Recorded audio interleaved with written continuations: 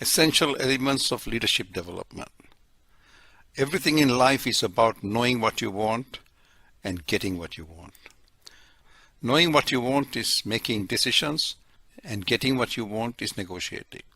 If you do not update your knowledge in these two areas, you will miss out on many things in life. These days, everyone speaks of leadership development. Leadership has become a catch-all term. It can mean different things to different people. However, I can state quite emphatically that a leader must be able to A, make good decisions, and B, communicate and convince the team to execute it, that is to negotiate. Because every action is a decision and every interaction is a negotiation. What we present here is applicable in your personal life as well. My steadfast belief that we have serious problems when making decisions is supported by two independent surveys. First, in a recent McKinsey survey of over 2,000 executives, only 28% said that the quality of decisions were really good. 60% thought that bad decisions were as frequent as good ones. And amazingly, the remaining 12% said good decisions were very rare. Second, a recent study by the Business Objects magazine showed that 93% of US managers had not had any formal training in decision making. No doubt you'll say that your success is proof that you make good decisions. It's the other guy who needs training. It's natural to think that judgment, experience, intuition, logic, common sense, etc. is the way to go. Because in the good old days, this is how great leaders went about their business. Of course, you don't hear of the sob stories and the fiascos. For example, TWA and Pan Am, the pioneers of air travel, are no more. Bad decisions at Kodak led to their bankruptcy. Billionaire Ross Perot admitted that two of his worst decisions were turning down early partnership opportunities in Microsoft and in Home Depot, each worth billions of dollars today. In 2008, Yahoo rejected a $44.6 billion bid from Microsoft. And then in 2017, when Yahoo was put up for sale, Verizon grabbed it for just $4.5 billion. When startup Netflix approached Blockbuster's CEO to partner with them, he laughed at the proposition. A few years later, Netflix forced the bankruptcy of Blockbuster.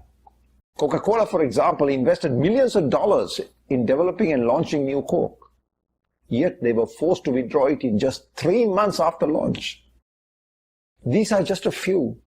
There are hundreds more. Of course, hindsight is 20/20.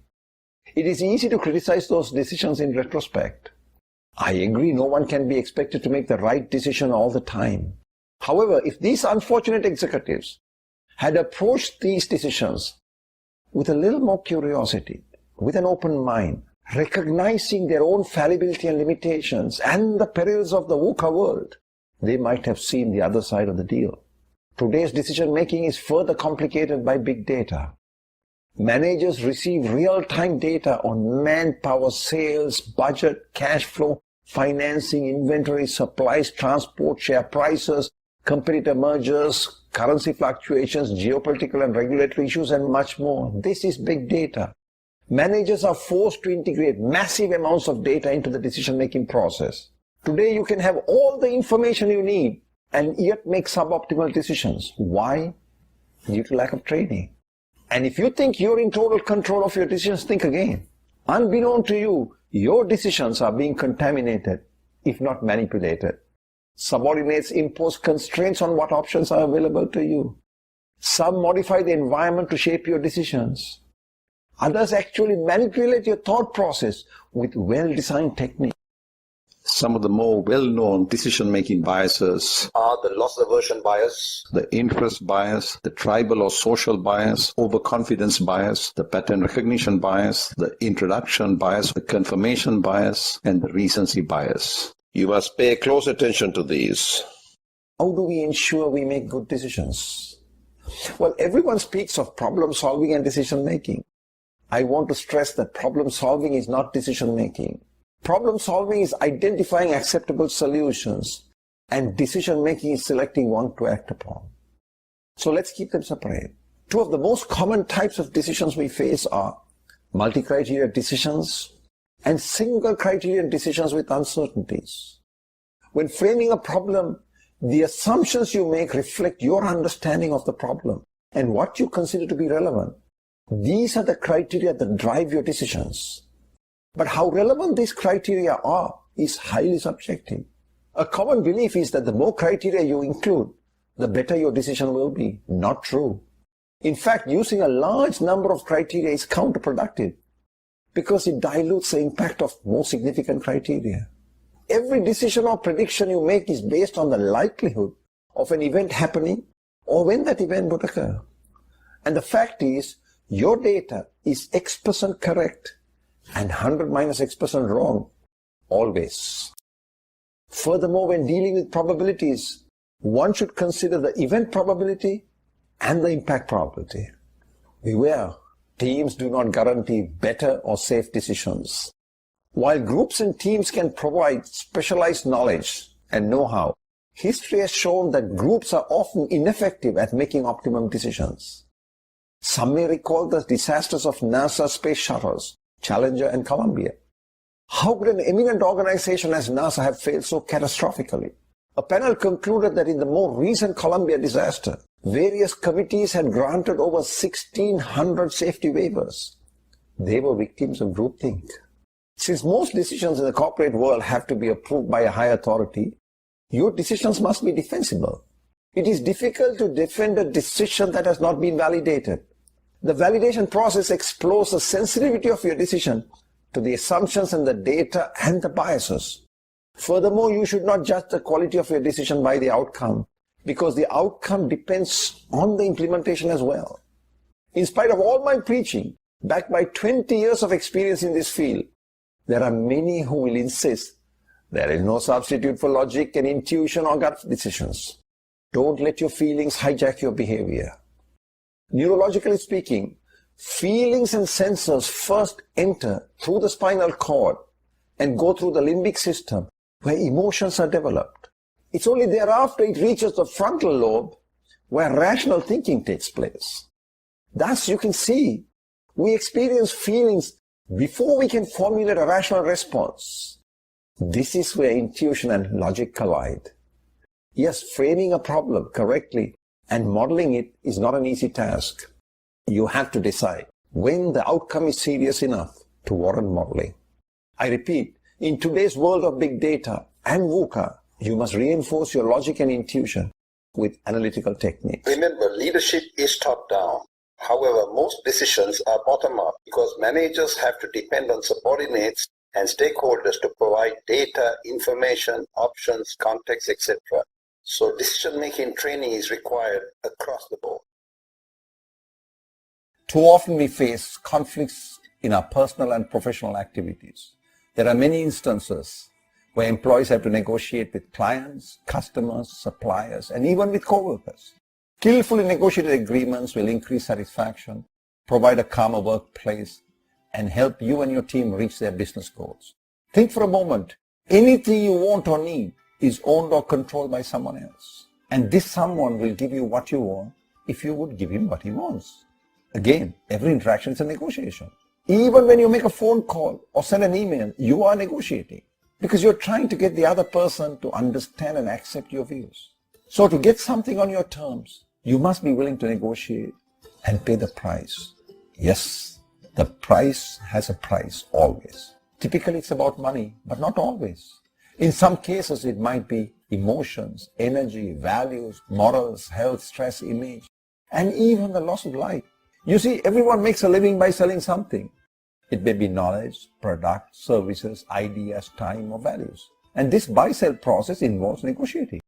Since people buy from people, a willing buyer and a willing seller must negotiate. Even when buying a fixed price item, you can negotiate time, terms, delivery, service, warranty, etc. I'm certain you feel you're a good negotiator as well. Yes, we can all negotiate to some degree. But don't confuse negotiating with price haggling or bargaining. Becoming a good negotiator takes learning and years of practice. Remember, a negotiation is not adversarial or confrontational. There are no winners or losers. It's a problem-solving process where each party would look across the table and regard the other party as a potential partner. Some of the false beliefs that surround negotiating are, a lawyer is a good negotiator.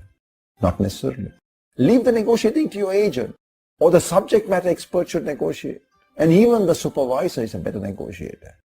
Beware of all these false assumptions. What we normally refer to as a negotiation consists of two distinct phases. The strategy phase is where you develop the game plan, and the execution phase is where you play the game. So before you engage in a negotiation, you should try to get a good understanding of the environment. Are there more than two parties? Is a third party intervention likely? Is an agreement required? Are there linkage required? Is it one time or repetitive? All of these will have a significant impact on your negotiation. Now, there are some things you should never do when you negotiate. Never threaten or force your opponent into a corner. Never rush to show that he made a bad mistake. Never openly challenge him about his motives, even when they appear to be suspect. And never openly demonstrate your superiority. No matter how convincing the data, we're dealing with people. And a perceived humiliation will irritate anyone. Remember, you need to reach an agreement. And that takes two parties. You may win the data battle, but it is likely that you will lose the war, the deal itself. So here are a couple of indispensable rules. Rule number 1 is for buyers and sellers. As a buyer, you should not commit to buy till you negotiate. And as a seller, you should not negotiate without a commitment from the buyer. Rule number 2 is known as the PI rule because of the letters P and I. Separate people from issues and move away from positions to interests. Positions are what the disputants say they want in a negotiation. Interests are the underlying desires and concerns that motivate them. Consider this simple example. David and Tom were fighting over an orange, each demanding the whole orange. It appeared that they would have to settle for half an orange. But then a wise man asked why they wanted the orange. What was in it for each of them? It turned out that David wanted to make orange juice, while Tom wanted the skin to make marmalade. Neither had to settle for half an orange. Now in the real world, USA and China have the same position with regard to North Korea, which is to prevent North Korea from becoming a nuclear threat. But watch out, the two countries have different interests. Now that you have developed the strategy, it's time to play the game. Never underestimate your opponents. It is better to let them underestimate you and drop their guard. Subtly let them know that they cannot get a better deal from anyone. You are indeed their best option. There are many established negotiating tactics, far too many to cover here. Some of the more frequently used negotiating tactics are good cop, bad cop, high ball, low ball, threats and do, low cost, high value strategy, etc.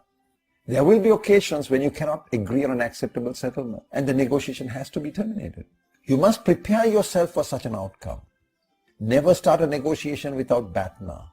Remember, you will not be able to pull back from an ultimatum. The negotiation will have to end. A trained negotiator knows that as long as there's a willing buyer and a willing seller, there's a good chance of reaching an acceptable agreement. When you negotiate, facts and figures are only a small part of the game plan. Strategy, emotions, personality, value, ego, timing, sequence, perceived power, the environment, body language, etc. play a much, much bigger role. If outcomes are critical, learn to be a skilled negotiator. The negotiator's mantra. Every action is a decision and every interaction is a negotiation. In life, you don't get what you deserve, you get what you negotiate.